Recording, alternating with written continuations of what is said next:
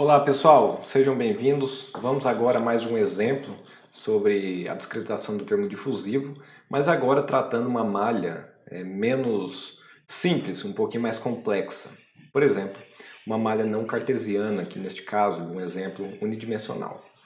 Então vamos lá. Então aqui, vamos considerar novamente uma aleta, assim como no exemplo anterior, porém ela tem uma seção triangular. Aqui as características são as mesmas do outro exemplo. Então, o mesmo material, o mesmo comprimento, a base mantida a 200 graus Celsius, a temperatura do ar aqui é 25 graus Celsius, H igual a 15, 6 elementos igualmente espaçados na direção X.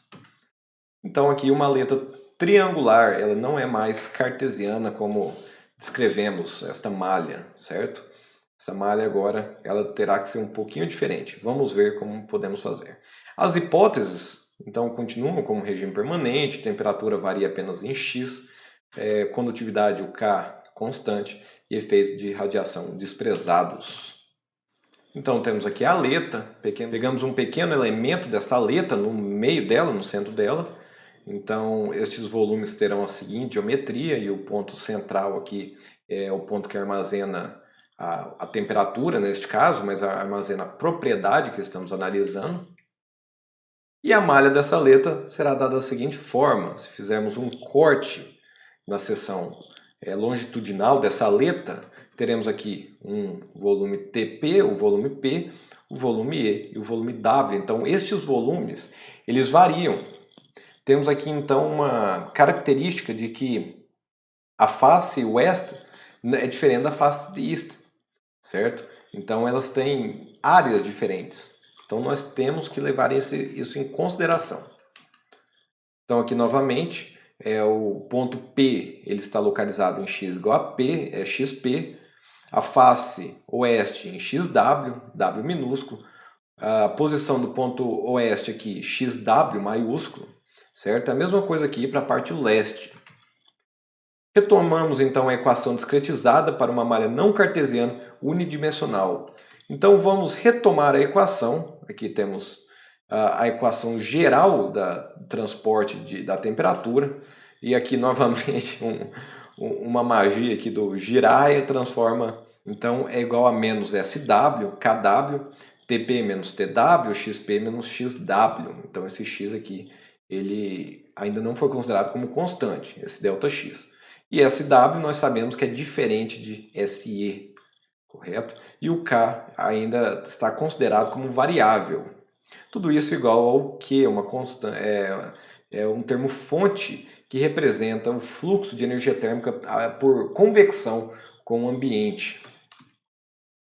Então temos aqui a equação, consideramos o coeficiente de condução K constante, então o K ele pode ser passado aqui 1 sobre K multiplicado por Q, certo? Ele é colocado em evidência nesta equação e passa lá para o lado de lá. Então temos esta equação aqui, considerando a distância constante de cada volume, então cada volume vai ter uma espessura constante, chamada ΔX. Então o primeiro volume ΔX, todos os volumes terão uma distância ΔX, todos os volumes internos da malha. Então isso facilita a nossa equação, então quer dizer que XP menos XW é exatamente igual a XE menos XP, que é igual a todas essas diferenças. Então vamos chamar tudo isso de ΔX. Então, ΔX aqui, passa o ΔX multiplicando para lá. Então, a equação toma essa forma aqui. E colocando em evidência aqui os termos, o TP, o TW e o TS, teremos aqui menos SW mais SE, TP, mais SW, TW, mais SE, TE. Tudo isso aqui igual a ΔX sobre K multiplicado por Q. Certo? Então, novamente, utilizando aqui esses elementos, temos essas áreas e devemos calculá-las, certo? Então essas áreas aqui elas não são mais tão simples igual na letra do exemplo anterior. Temos um probleminha geométrico aqui. De toda forma, o volume ele é dado aqui por sua forma tridimensional, onde a largura deste volume é W, a área SE é essa área menor e a área SW é essa área maior, certo? E aqui XW, XZ. Como podemos calcular essas áreas? Bem, pegamos aqui um volume, aqui é o centro deste volume, temos as seguintes coordenadas, então, θ é o ângulo da metade desse triângulo, certo? Então, o ângulo total aqui é igual a 2θ. O comprimento total desse triângulo L, que é o comprimento da aleta, a espessura é igual a B, aqui ΔX é o comprimento do volume e x é a posição do centro do volume, também pode ser chamado de XP. Esta medida aqui, pessoal, por uma igualdade trigonométrica, foi achada como tangente de θ multiplicado por L menos x mais W mais ΔX sobre 2, certo? Então, esta aqui seria a medida. Depois vocês podem aí tentar, por conta própria, encontrar essas medidas, certo? E esta aqui é o tangente de θ, L menos x menos ΔX sobre 2, certo? De tal forma que aqui temos uma soma de ΔX e aqui uma subtração de ΔX. Por isso, esta área aqui é menor do que essa. Por enquanto, na área, é simplesmente este comprimento. Só uma notação aqui, a tangente de θ igual a B sobre 2L, certo? Quando vamos passar para a área, multiplicamos este comprimento aqui, multiplicado por 2, certo? E multiplicado por W. Então, teremos aqui a área SW, que seria 2 vezes SW aqui, tangente de θ multiplicado por isso aqui, multiplicado por W, que é a largura. Como a tangente de θ é igual a B sobre 2L, teremos a seguinte relação, WB sobre L, multiplicado por L menos x menos ΔX sobre 2.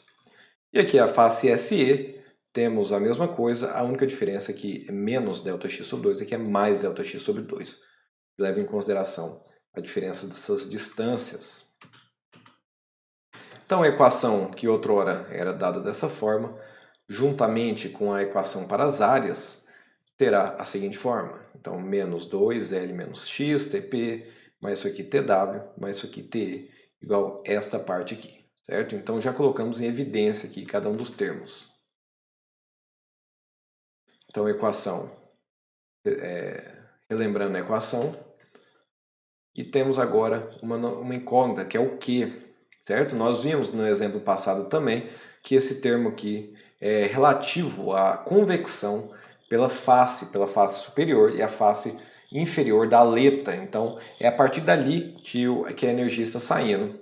E a aleta está ajudando essa superfície a se refrigerar. Então, pegamos aqui novamente o elemento, a sua vista planificada, e esses fluxos de energia térmica são dados pela superfície superior e a superfície inferior. E é dado como H, SN, T menos T infinito, e aqui HSS T menos T infinito, onde neste caso é simétrico, pessoal. Então SN igual SS, certo? Então este aqui é o elemento, então esta é a área de troca de energia térmica. Então nós notamos que em relação à aleta retangular, esta área aqui de troca de energia térmica é maior, certo? Porque ela está inclinada. Então a forma final de Q é igual a HSN, que é igual a SS, é T menos T infinito. E como se dá o cálculo dessa área? Então temos aqui novamente as coordenadas de um elemento. Esta área é dada como essa distância aqui, que é ΔX sobre cosseno de θ, multiplicado pela largura. Então aqui é W ΔX sobre cosseno de θ. E a área total é isso aqui, multiplicado pela espessura, multiplicado por 2, que temos a área superior e a área inferior. Então aqui, esta aqui é a soma, certo, das duas partes, SN igual a SS. Então temos que Q é igual a H2W ΔX sobre cosseno de θ, TP menos T infinito. Aplicando as duas equações, então a equação anteriormente encontrada, a equação para o termo Q, então teremos a seguinte relação, que com o termo TP colocado em evidência, então vamos voltar aqui. Então temos aqui essa relação encontrada aqui. Aqui temos um novo parâmetro TP e ele pode ser passado aqui para o lado esquerdo e colocado em evidência. Então, o novo coeficiente do termo TP é 2L menos 2x mais isso aqui. E aqui é o termo fonte, 2H, ΔX ao quadrado, L sobre KB, cosseno de θ até infinito. E as condições de contorno? As condições de contorno são muito parecidas com o exemplo anterior também. Temperatura imposta na base dessa aleta. Então vamos utilizar um meio volume, assim como nós fizemos anteriormente. Então, neste meio volume, a temperatura imposta é T0 igual a 200 graus Celsius. Já ao final, pessoal, é um pouco diferente. Então, no final dessa aleta, temos uma quina. E essa quina é exibida aqui. E aqui nós não vamos considerar um volume fantasma, porque não há necessidade. Visto que não existe mais face SE, não existe mais face a leste, certo? Então temos aqui um meio volume, onde o centro é dado aqui, bem na extremidade. Então a face SW, e como é um meio volume, aqui seu comprimento é igual a ΔX sobre 2, seu comprimento. Então aplicando SE igual a 0, certo?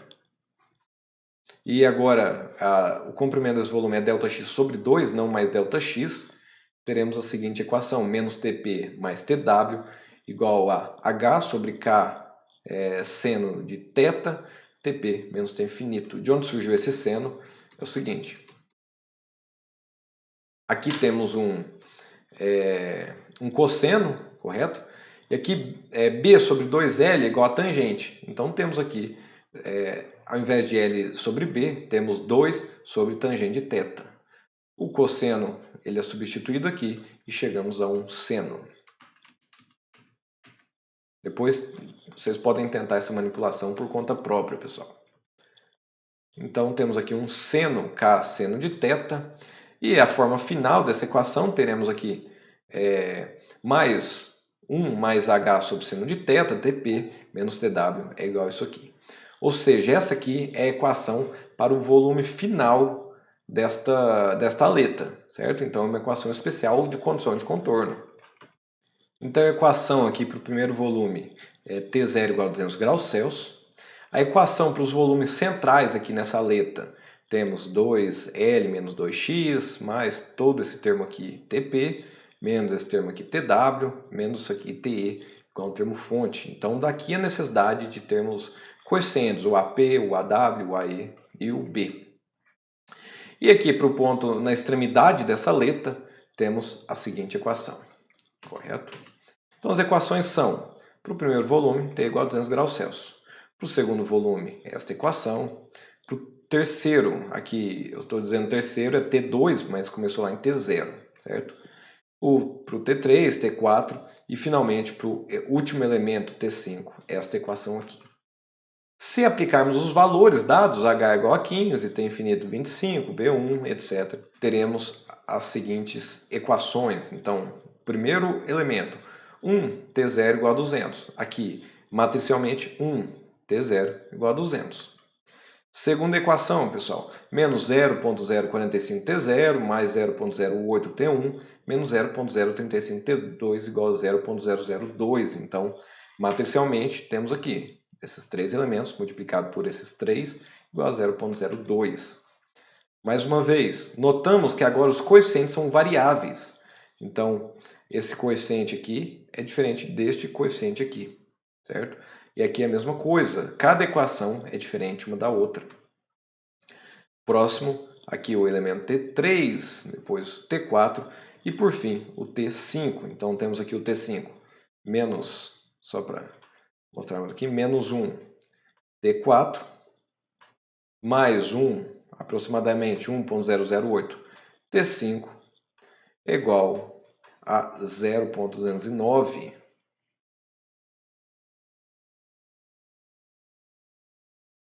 E estas aqui são as equações que vamos resolver.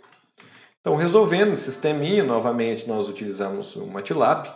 Então, aqui as equações, as temperaturas T0, 1, 2, 3 até 5. E aqui temos a representação gráfica, o esquema aqui de cada um desses pontos. E chegamos aos valores 200, 198, 197, 95, 194, 192.9. E aqui é o gráfico, a variação desta temperatura. Então, a variação é praticamente linear. É interessante porque a aleta retangular, a variação ela não era linear, ela era mais assintótica, certo? Então, temos aqui esta variação. E podemos brincar aqui com algumas comparações. Comparação, por exemplo, das aletas. Então, temos esta aleta aqui e a aleta retangular. Estas aqui são os resultados. Então, temos aqui, iniciando aqui, começando em x igual a 0 e aqui até 0,05, certo? Então, temos uma comparação. Notamos que o primeiro ponto é em 200 e o último ponto temos aqui em torno de 193 e aqui acima de 195. Podemos aqui fazer uma comparação de malha. Então, se tivermos uma malha com 5 elementos, 50 e 500. Então, aqui, a variação de temperatura, pessoal, é praticamente a mesma. Então, aqui, as curvas estão bastante em cima uma das outras. Isso quer dizer que a malha não é tão influente. Neste caso, podemos usar uma malha bastante simples, porque é um caso simples, certo? Mas temos que tomar cuidado com o seguinte problema. No momento de resolvermos um sistema linear, nós, através de uma solução iterativa, fixamos um resíduo. O que é o resíduo? É o momento que consideramos aquele sistema resolvido. Então, para esse gráfico aqui, o resíduo foi dado por esta equação aqui, a somatória de T_nil menos T_old, dividido pela somatória de T_nil, tudo isso em módulo, deve ser menor do que 10 a menos 9. Agora, vamos ver como que seriam as respostas com um critério mais brando, né? Menos rígido. Então, isso aqui tem que ser menor que 10 a menos 5. Aí notamos grandes diferenças entre os resultados. Pessoal, fisicamente essas diferenças não existem, certo? O problema aqui é o critério para a resolução do sistema linear. Então, este aqui é um sistema linear. Voltando aqui. Aqui é um sistema linear. A solução desse sistema linear iterativa não é exata, certo? Gauss-Seidel, por exemplo. E qual é o momento de considerar esse sistema linear convergido? A resposta. Aí, mudando este momento, nós alcançamos alguns resultados digamos, falsos, certo? Então, poderia nos induzir a um erro, ao erro de que a malha mais refinada ela está muito melhor. Mas não, a malha mais refinada ela apresenta um comportamento muito próximo à malha grosseira. Então, o critério de convergência do sistema linear é super importante, pessoal. Em softwares comerciais, simulações mais complexas, e este fator ele é controlado no resíduo, então temos que ter um resíduo um pouco mais baixo. Não muito baixo, senão a convergência nunca é atingida. Certo. Agora, variando alguns parâmetros, como fizemos nos exemplos anteriores, aumentando o H, notamos que a temperatura cai mais rapidamente. Modificando a base, então, modificando a espessura desse triângulo de 1 para 10, notamos também uma diferença. Então, a temperatura cai mais suavemente, certo? Para uma maior espessura. Nós explicamos este efeito na simulação passada, no exemplo passado. Aumentando aqui o comprimento também, notamos que há uma maior queda. Certo, pessoal, este vídeo foi um pouquinho mais resumido do que no exemplo anterior, porque lá eu já tinha tratado todas as nuances desse caso de aleta, certo? Aqui nós observamos uma malha não cartesiana, uma malha um pouquinho mais complexa. Muito obrigado pela atenção. O código pode ser encontrado aqui neste link, vou fornecer aqui embaixo também na descrição do vídeo. Muito obrigado, até a próxima aula. Um grande abraço a todos.